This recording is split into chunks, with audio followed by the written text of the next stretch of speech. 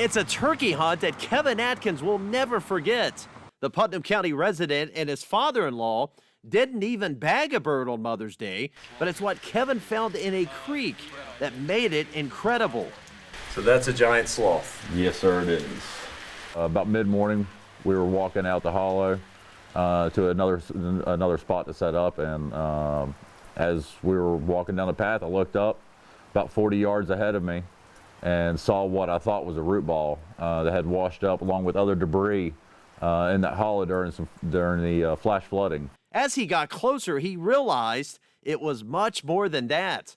I realized that it had teeth, and that it was some sort of skull. We start thinking, it's an old cow skull that had gotten buried up in the mud. I picked it up and got in the creek and began to wash it off. Kevin shared the photos with his dad, and they had a guess on what it might be. The Geological Survey in Morgantown confirmed that suspicion a couple days later. Prehistoric ground sloth from the Ice Age. The giant ground sloth was a plant eater who went extinct about 11,000 years ago. It lived alongside the woolly mammoth and the saber-toothed tiger when the climate of West Virginia was a lot colder. These were on average, I guess the adult size would be 11 to 13 feet in length and weighing upwards of 1,200 to 2,200 pounds.